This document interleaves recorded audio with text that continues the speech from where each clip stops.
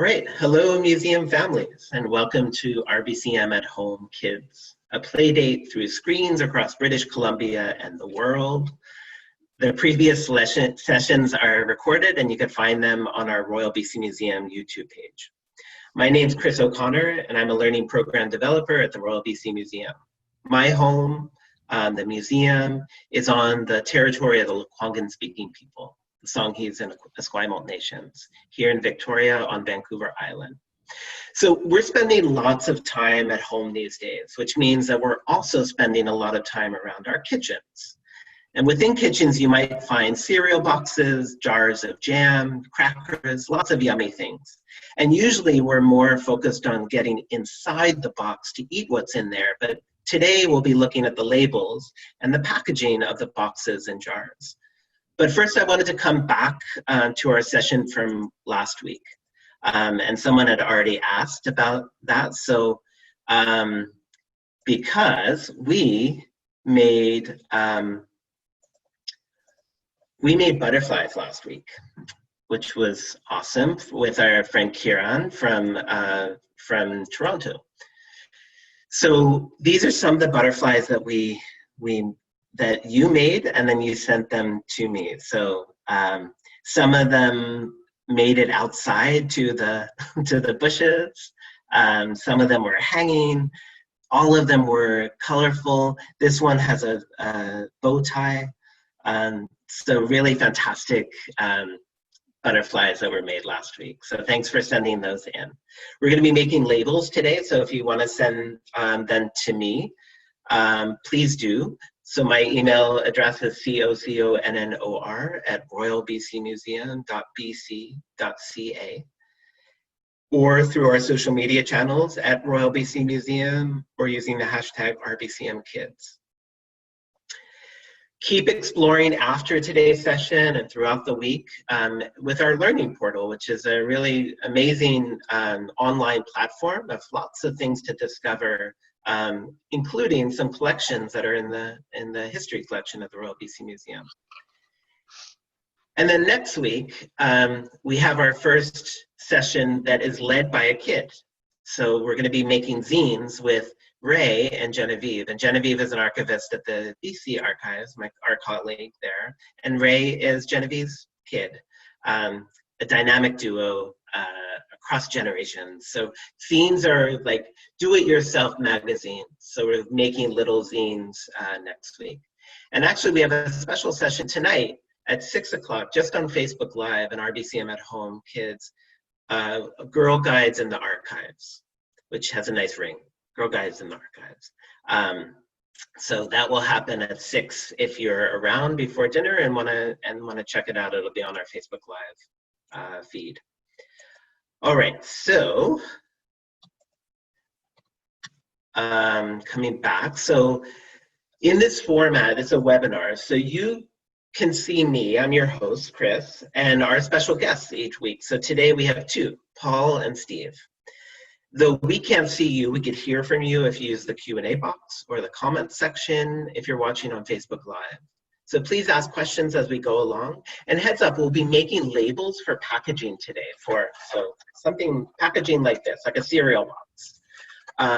So what you'll need is you'll need paper, something to draw with, scissors, glue and tape, and most importantly, a box or a jar from your kitchen, something that's hard that you can create a label on. And we're recording this session, so if you need to take a break or you need more time to gather materials, you could come and just play it again later.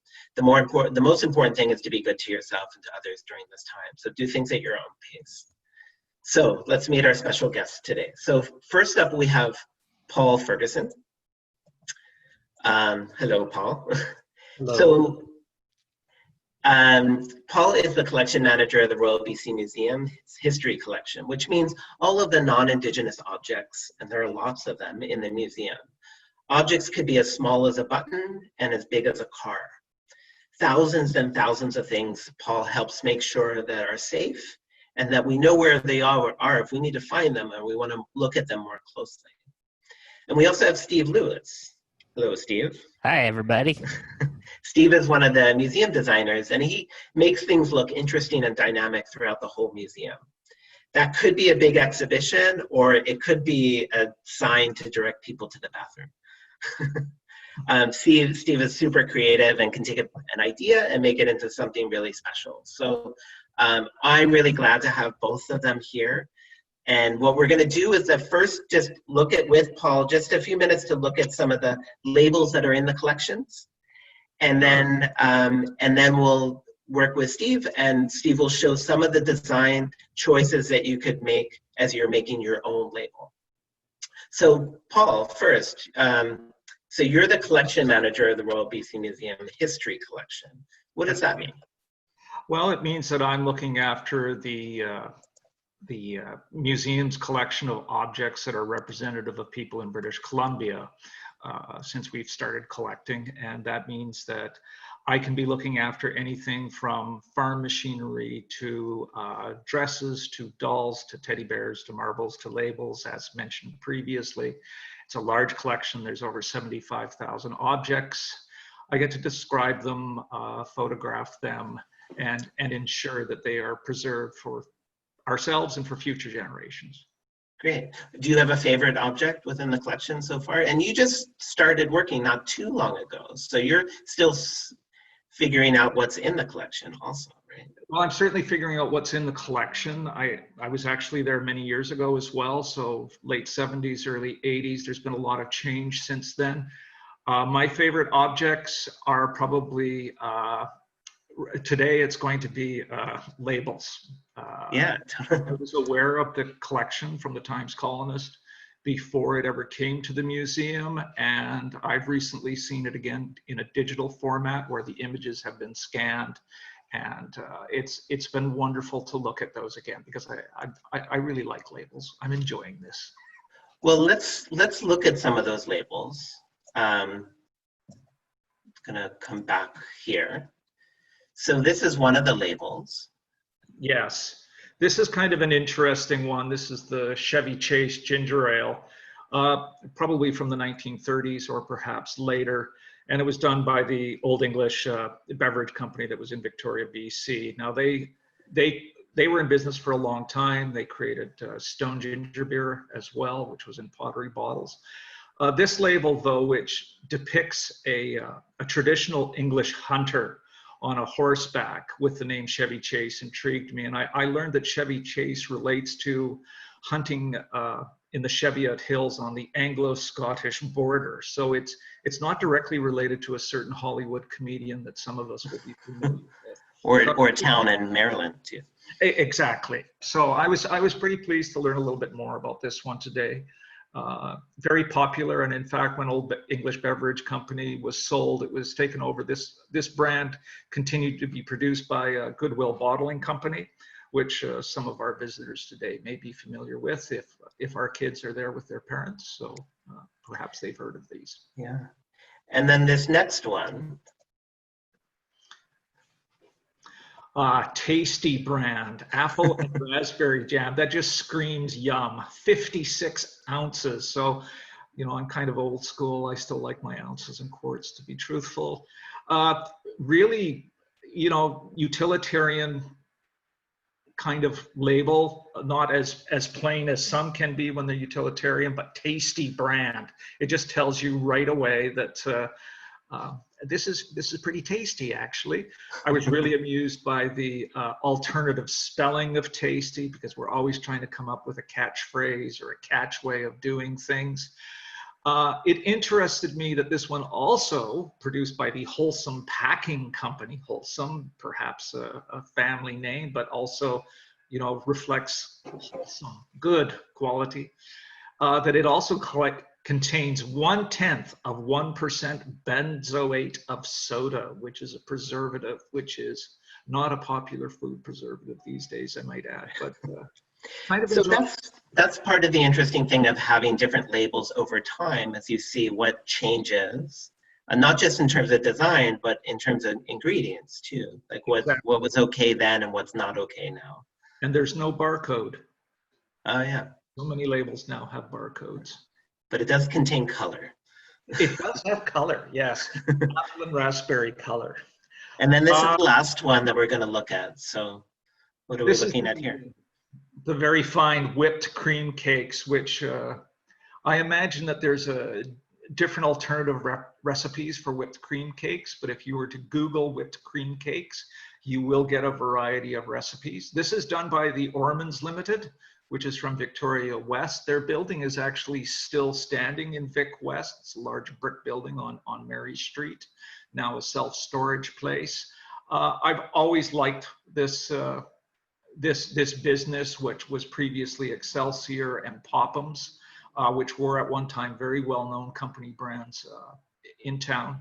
Ormonds, the two brothers, took this over about 1918, and they used what appears to be a Welsh dragon as a logo. So the logo itself is rather complex. It's kept fairly small, but what it is there. And of course, their choice of color just attracts your eye, and then some flowers in the corners. So this is probably designed by the Times columnist who worked with local businesses to provide products and attractive labeling to draw the eye to people. And of course, labels, they didn't change a huge amount at that time, so it creates familiarity with a brand. So that was a choice for a lot of, and that's even just interesting to discover, is that there is this similarity of design, and maybe what they actually said, that maybe we're just thinking that, or they actually said that it was to create that familiarity of brand. Yeah. And I think too, if you were to look at the salmon labels from this collection, they're really quite interesting, trying to get the different canneries, trying to distinguish themselves from one another. Yet the labels are being made by the Daily Colonist. So they also have this certain design look from the designers at the Times Colonist. But then what's distinguishing them, there may be a salmon on the label, but that logo may be anything from flags to ships to something very, very dynamic. And depending on what time of, what the era revolves around, may reflect something rather patriotic or just beans in a bowl. So if you do come to the Royal BC Museum, I'll stop sharing the screen. If you do come to the Royal BC Museum, and we found out yesterday that the museum will open back up again in the middle of June. So we're excited about that. If you do come back to the museum, you'll see, especially in the cannery section of the Becoming BC gallery, that there's lots of jars and labels of things that you could start to see some of the similarities and differences across time. So it's really interesting to see those different choices. So that's happening now too. It's like whenever anyone's making a design, whether it's whipped cream cakes. Yes. Yeah. And the danger of doing this is it starts to make us feel very hungry. That's happening now too. And we will probably be collecting things that are happening right now and what are made now, and see what the difference is. So today we're going to be creating our own designs, but what we need to do, and so before we get to Steve, and thank you so much, Paul, we'll come back to you as well. But what we're going to do is we're going to make the actual paper that goes on your thing. So for me, I have this cereal box, and it says Morning Crisp, and I thought, oh, maybe I could change it to be Good Morning Chris when I'm redoing my design. But what we're going to do is if you have a box, then you can take your box and put it on top of a piece of paper like this. And then take your pencil, and you're just going to hold down the box with your hand and then just create an outline just around the edges with your box. Just really, it doesn't need to be perfect. You're just creating the lines that will make the size of the box. So then I'm going to take my scissors and I'm going to cut, and you could do this at home as well. If you have a cereal box, you can cut to make sure that you have the piece of paper that will be your label, that it will be the right size for your box. So I'm doing that, I'm cutting it out. I'm going to cut out the last little line. And then I'm just going to test it on my box. And it fits pretty perfectly, but it doesn't have to be perfect. So that's for a box. If you have a jar, and this is my jam jar, if you have that, it's a little trickier, but still pretty easy. So what you're going to do, you just want to cover the part that is not the lid, so just the part that actually has the label. So I'm going to put it down right at the edge of the paper. And I'm going to make a little mark right where the edge of the label comes to. So I'm just measuring that size, that amount. So I have the mark here. And then just to make it easy, I'm going to fold the paper over to where that mark is. So I see the mark. I'm going to fold the paper over with that mark. So I have that size and that edge. And then I will cut along that line. So now I have the size of the jar. And I could just wrap it around. When the time comes, I'll wrap it around the jar, and I know that it fits well. And if it's too long, I can just cut it off just to make sure it wraps just right around. And if it's a little over, that's okay as well. So if you have a box, so I'll low again. If you have a box, you'll have a piece of paper that fits the box. If you have a jar, you have a piece of paper that fits a jar. And you're just working with the paper right now. All right, so without further ado, Steve, let's go to you. All right. Hi, everybody. So what I'm going to talk about today is not like the whole how do we design something, but some of the fundamentals of the more important, well, I find more important, the typography and basically your lettering that you'll see on the labels. And if you looked at Paul's examples of the ones from the collection, it's interesting to see that they're pretty much all lettering and very little images and photos and stuff. So that was kind of neat to see. So what I'm going to do is, here's my product, and here it comes. I'm sure a lot of you are probably familiar with the good old KD craft dinner. This is probably what I'm going to have for lunch today. But so I'm just going to walk you through some different principles of typography. Now, I find this stuff kind of exciting because I'm a design nerd. So here we go. So what I'm going to do is I'm just going to take, you can see all the different things, KD, craft dinner, 3 cheese, blah, blah, blah. So this one here, I just printed off last night, shows basically, here's all the text that's on that label. So KD, craft dinner, 3 cheeses, bilingual because we're in Canada, macaroni and cheese, and the weight. So I've just made it all the same typeface, the same lettering, the same size, and just kept it black and white to keep it simple, just so you can see the different text. Now, probably one of the most important things, or when you're doing typography and lettering, is something called type hierarchy. That's a big fancy name for size, basically, and importance of lettering. So this next example, you see just by changing the size of the type, and I hope you can all see this, how certain things are more prominent and more important. So like KD is like, boom, front and center. And then the next thing that your eye goes to is 12 fromages and 3 cheese, because they want you to say, oh, okay, it's craft dinner and it's the 3 cheese version that I'm getting. And then the lesser important stuff, we all know it's craft dinner, so they got it in tiny, tiny type. And we all know that craft dinner is macaroni and cheese, so that's tiny, tiny type. And even tinier in the bottom corner is the 200 grams, because really, who cares about that? Except for Paul. So this next example, just by changing the size of the same words, you can change what the label basically says or emphasizes. So here we go. So it's all the exact same text, but I just changed the size of it. So now instead of KD being out front, it's 3 cheeses and 200 grams. So if you're just quickly walking down an aisle and reading this, you might think you're getting a box of 3 cheeses and 200 grams worth rather than, oh, it's KD and Kraft Dinner. So just by changing the size of the type, it really changes what the label itself is trying to say and trying to tell you. So type hierarchy, very important.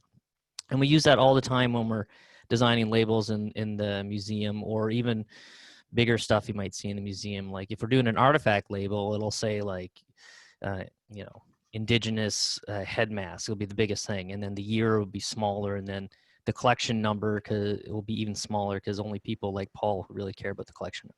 So, so that's kind of how we use it in the museum. I hope this isn't too boring. Next thing, contrast and color. So this is really important for people who might have some visual impairment, or older people that don't see so well, or people like me who wear glasses.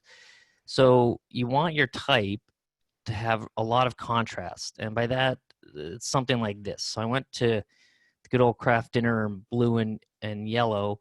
So you can see there's a lot of contrast. So it's easy to read. Even the smaller stuff is easy to read because it has that real prominent difference in color and contrast. So it makes your eye easier to see.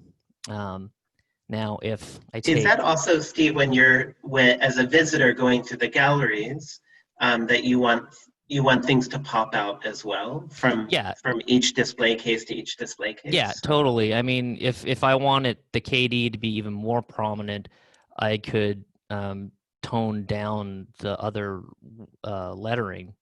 So it's not quite as poppy, or I can make this a crazy vibrant color, like a bright, super bright orange or fluorescent or something. And then that'll even draw your eye to it even more. So yeah, we do that often where we'll have like highlight colors, depending on, what the color palette of the exhibit and that is. But for this example, it's just kind of show, here's nice contrast. Now, if I just change, now I've changed all the other lettering to a lighter blue. So it's still kind of visible, but not really. So that's a hard fail. And I would get a lot of visitor comment cards complaining about this if we did this in the exhibit or on a label, right? So you're not going to read that. Anybody, if they have really good eyesight, is not going to read the 200 grams down the corner. And so that just shows the difference in contrast. And just by changing the colors and having that contrast, how things are, legible or not. And the last thing that I'm going to kind of show is the difference in typefaces or fonts or lettering, and how that really kind of also affects the messaging or what you want your label or product to say. So this one, I did all uppercase and impact, and it's very loud and aggressive, and it's like Kraft Dinner, 3 cheeses. It's you might say it's also blocky too. Very blocky. Yeah. It's a sans serif. It's not a slab. Anyway, but it's very, it's rigid. Versus something, if I change it to something like this, now it's all scripty and softer and maybe a little more whimsical, and it kind of changes the feel of the product. So you go from Kraft Dinner, eat the cheese, to Kraft Dinner, 3 cheeses, la la la la la. So just by changing the type, not changing the size, not changing color or anything, but just changing the typeface, how that can make a huge difference in what your product or your label or whatever is trying to say. So those are some of the key things we think about. And you can see on the box here, they've done it. So KD, largest thing. Second is probably the 3 cheeses. The Kraft Dinner is smaller, and then, macaroni and cheese is smaller. And here you can see the macaroni and cheese is actually really bad contrast. Now, I don't know if they did that intentionally, but, it's a light yellow on orange, so it's kind of hard to read. So you got some contrast issues, but hierarchy of type, contrast, they got kind of a little playful little logo up there. Even the 3 cheeses is kind of a softer, rounded typeface. So yeah, so that's some of the fundamentals of typography. And then we can get into the whole world of color palettes and image selection and type dominant versus image dominant and a whole bunch of stuff, but that's a 4-year degree program. So we won't really. So Steve, we have about 5 minutes. If Sure. you were going to start, and people can start to make theirs, thinking about whether, for me, it was the cereal, so Morning Crisp or Good Morning Chris. And so maybe I want to have that a lot bigger. Maybe I want to draw the granola being more prominent, rather than just a little bit of the picture of it. So it's just changing what you see into something that you want. And the same thing with my jam jar. There's a nice little bear, but maybe I want to make the bear bigger. So Steve, just in the last 5 minutes, can you show us what you might do? Oh yeah. And and Paul is starting to do it as well. Okay, I'm just I'm quickly doodling. I cheated a little bit and I sketched out something a little in advance. That's okay. So I'm making mine, actually it's going to say the exact same stuff as what's on the craft dinner box now. So sorry, just color that in a bit. Oh, nice. Yeah, Amarine is one of the participants that they're making a truth or dare jar for quarantine. Good one. So first thing I've done is my KD. Can you hold it a little closer to the camera? Yeah. All right.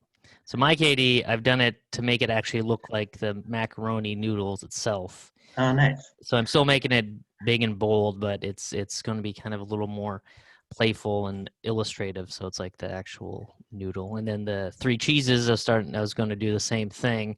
Again, it's smaller than the KD, but it's still made out of the macaroni noodles.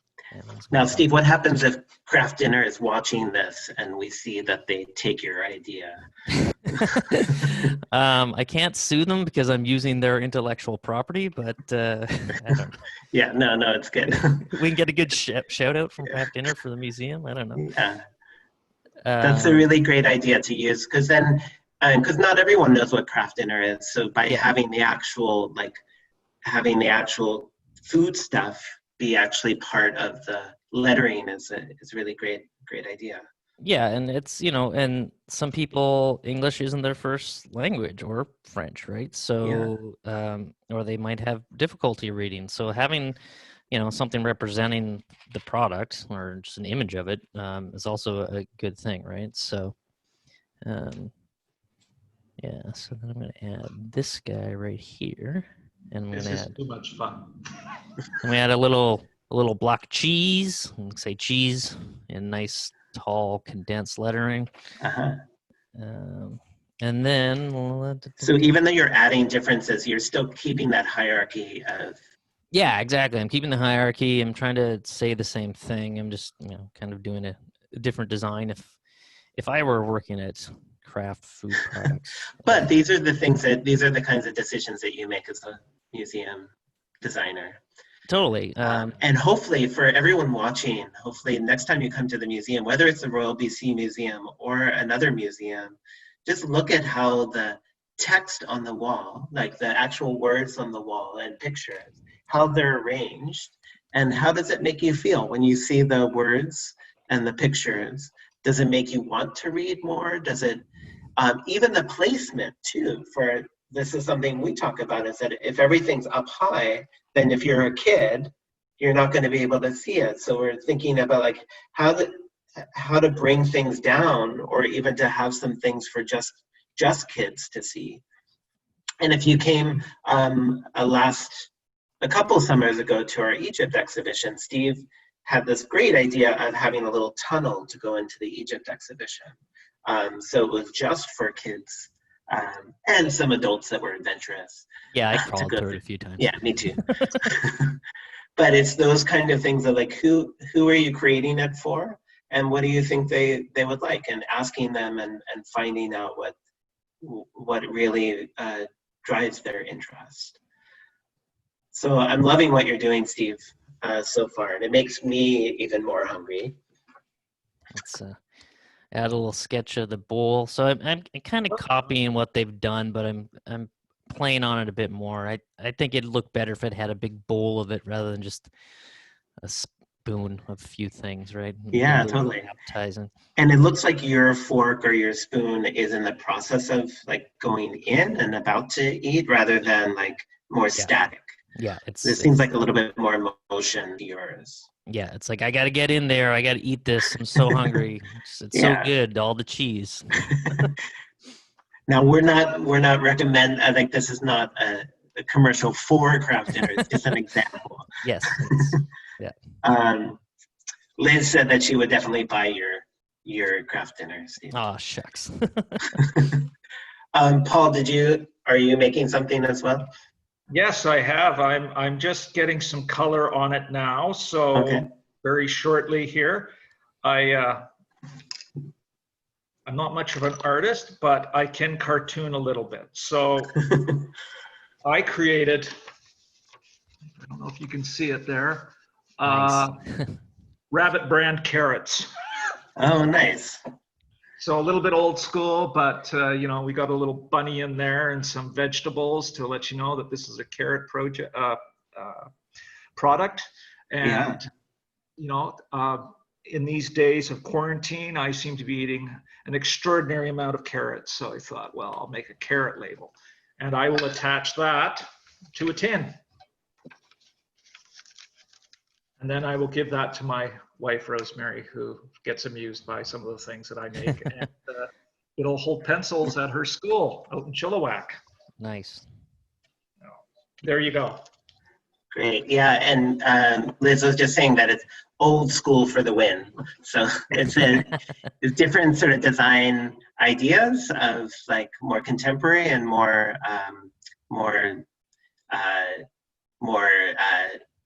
historical and more classic. Yeah. And so just in the last minute, Steve, if you want to show your last version of your design. Just coloring the background. All right. 3, 2, 1. There we go. KD, 3 cheeses, diving in, making me hungry. Nice. So adding that blue in the back really popped out the yellow of KD. Yeah, and just sticking with their corporate branding. Yeah. So whatever you do, whether it's an empty jar that you're creating for your, like Amarine said, or it's something that like granola or whatever you picked, we'd love to see your design. So in the chat, I'm just putting in my email address again. Please send them and we'll share them next week, at the beginning of next week. And even if it takes a couple of days, we'd love to see. And we'd love to hear, like, if that, now that you've created your own label and your own design, does that make you want to go eat the granola or the carrots more, knowing that it's your own design? So thank you so much for joining us as families. Wait, one more question from Facebook. Angela Williams, who both Steve and Paul know. Paul, your eyesight must be excellent. And then she says hi to all. So she used to work with us. Yes. Hi, Angela. Yeah, so Steve says wash your hands, and Paul says eat your carrots. So that's what we've learned from today. Vegetables are good for you. Well, I'm gonna go ahead. I'm gonna put peas in my craft dinner. So. And Deborah Shepherd from Facebook also says that she would totally buy your food, Steve. Oh, shucks, thanks. So if it doesn't work out with this museum, you have a future in food. Craft. So it's great, so great to have you both, Steve and Paul, here. As I said earlier, at the museum, we're making things safe so that we can all go back to the museum. So We just found out about that, so we're really excited that visitors can come back to the museum in the middle of June 19th. So I look forward to seeing you again in person, Steve and Paul. Yeah. But thanks for taking part with RBCM at Home Kids. And thanks everyone for joining us. We'll stop our live stream to Facebook Live and stop the recording momentarily.